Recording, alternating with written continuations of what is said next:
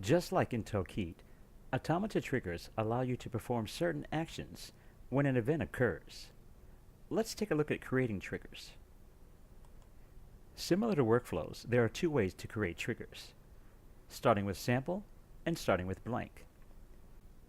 The same rules apply with sample, as Automata has already provided sample triggers to make your task simpler and more convenient.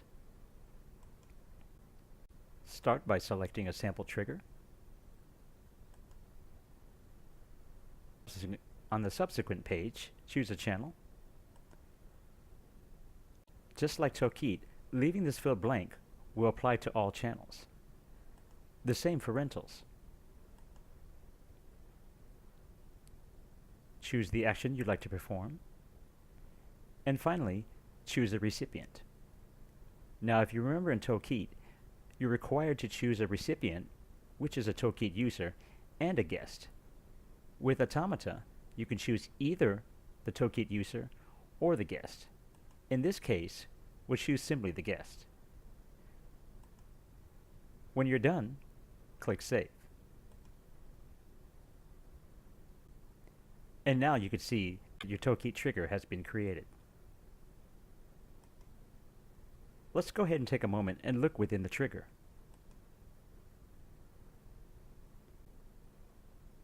If I choose Workflows, I have the option to add this trigger within an existing workflow. I simply select the workflow, add a name, and click Select. Scrolling down, you will find your trigger conditions. Trigger conditions allow users to add additional requirements for the trigger to fire. Conditions determine if your trigger executes when a certain event occurs. Click New, add the type, condition, and click Save. You have now successfully created a trigger as well as a trigger condition. Next, let's try creating a trigger with blank. Again, this is ideal for users looking for freedom and flexibility.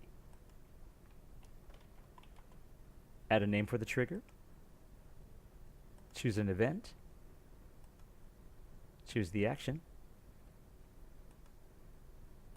Choose a recipient. And finally, choose a template. When you're done, you click Save. And now you have successfully created a trigger from blank.